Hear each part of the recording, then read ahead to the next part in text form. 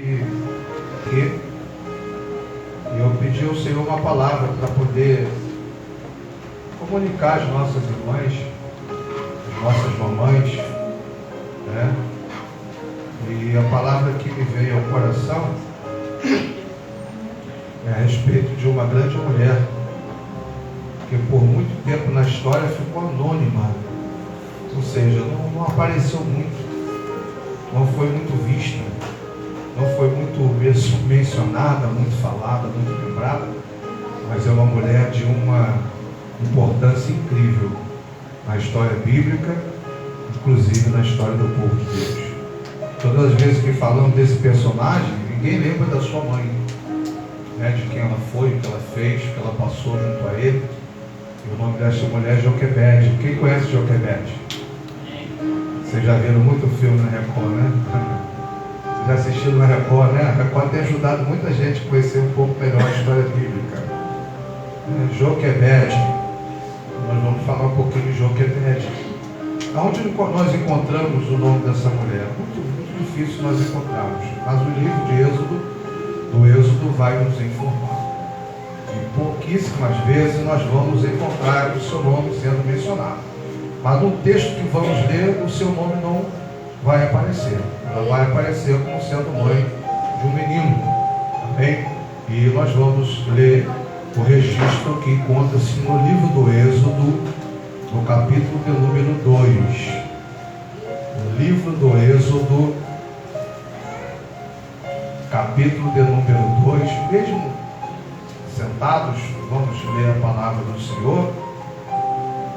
Glórias a Deus. Êxodo capítulo 2, a partir do primeiro versículo. Glórias a Jesus. Deus é maravilhoso. Quero louvar a Deus pela vida das mamães, viu? Vocês são muito importantes. Falar importante para os filhos é muito comum, né? Mas eles são muito importantes para Deus, no plano de Deus, no propósito de Deus. Eu falava para uma pessoa essa semana, eu falei, domingo eu vou citar isto. Veja o quanto a mulher é importante, né? No nascimento deste que eu citei, que foi um grande homem, Moisés, Moisés foi gerado pela vida de Arão, não Arão, tá? Arão, pai de Arão. Arão e Joquebede eram pais de Miriam, de Arão, seu filho, né? E consequentemente pais de Moisés. Moisés era o filho mais novo.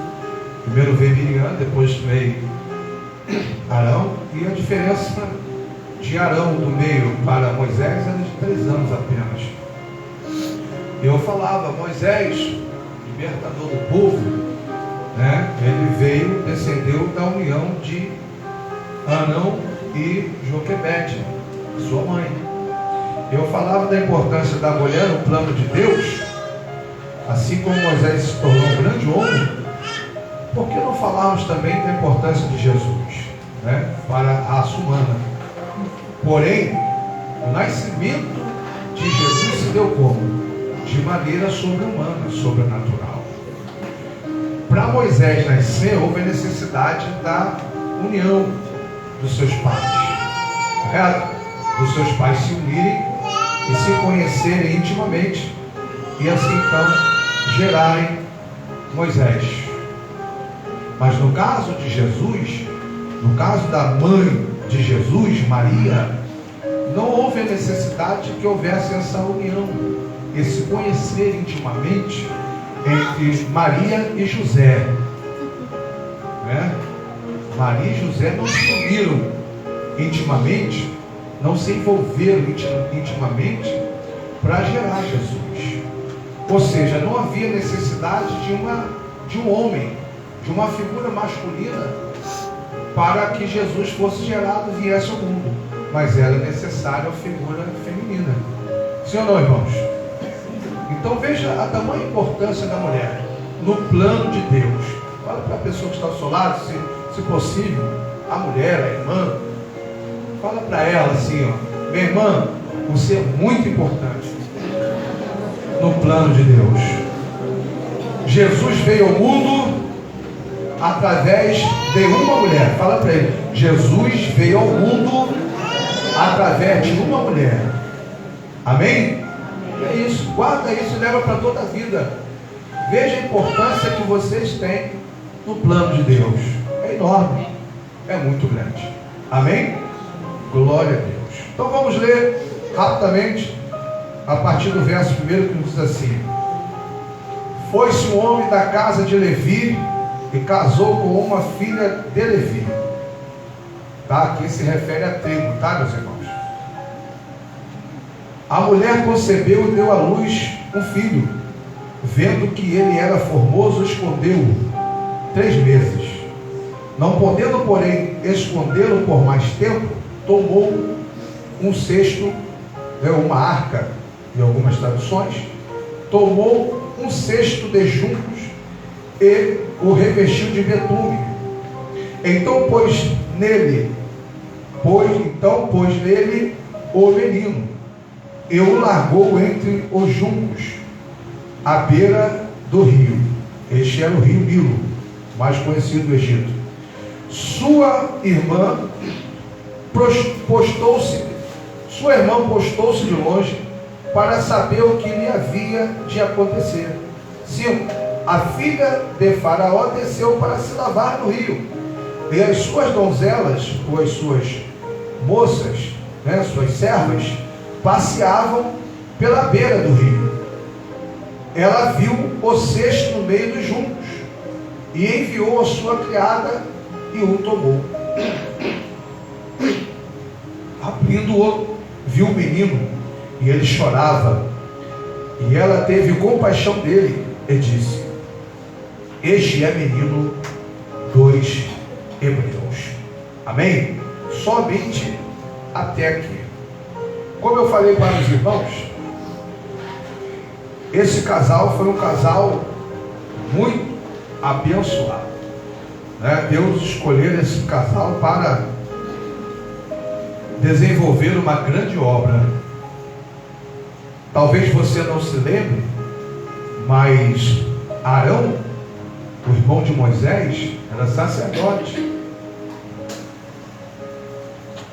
A Miriam também teve uma grande participação diretamente na história do povo de Israel, sob a liderança deste que haveria de nascer, Moisés.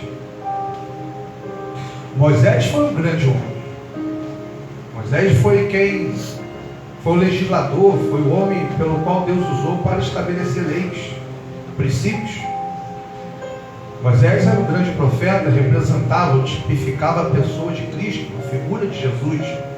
Em Deuteronômio capítulo 18, verso 18, se não falha a memória, você vai ver a Bíblia fazendo menção disto, se referindo ao profeta. E esse profeta que haveria de surgir no cenário bíblico era o próprio Jesus, que estava sendo prefigurado, ou representado antecipadamente, ou sendo uma sombra das coisas futuras, o próprio Moisés. Moisés era um grande profeta, porque era aquele também que falava em nome de Deus, era aquele que levava, compartilhava a mensagem do Senhor. Moisés era um camarada teve um ministério muito expressivo, uma pessoa bem respeitada no cenário bíblico e no contexto da história do seu povo. Moisés era um grande líder, por que não dizer um grande pastor também? Moisés era um camarada excepcional, mas tudo teve seu início aonde? Primeiro no coração de Deus, e depois no desenrolar desse projeto através de um casal que Deus escolhera para estabelecer um propósito. Que propósito, pastor? O capítulo 1 vai narrar a história do povo. O povo de Israel, ele nasce no Egito através da entrada de José. Vocês lembram da história de José? Que no Gênesis 37 vai dizer que José, era o querido do seu pai, mas odiado pelos seus irmãos, e foi vendido pelos seus irmãos, para aqueles homens, midianitas, aquela caravana que passava, foi vendido a preço de banana, porque eles queriam se livrar de José, porque eles o invejavam. José era invejado pelos seus irmãos e foi vendido e passou por momentos muito delicados. Foi tentado, seduzido pela mulher de Potifar, e o abençoado foi bem sucedido em Deus. Deus o exaltou sobremaneira no Egito, de maneira que o Senhor lhe derá a condição de interpretar o sonho do faraó, que o colocou em uma posição de destaque, que já era o plano de Deus, para favorecer a entrada do povo de Israel e a preservação e a proteção do povo ali, porque haveria uma grande crise na terra, mas o povo estaria seguro ali no Egito, através de quem? Através do cuidado de José. José se tornou um homem de confiança, porque Deus assim então fez acontecer na sua vida.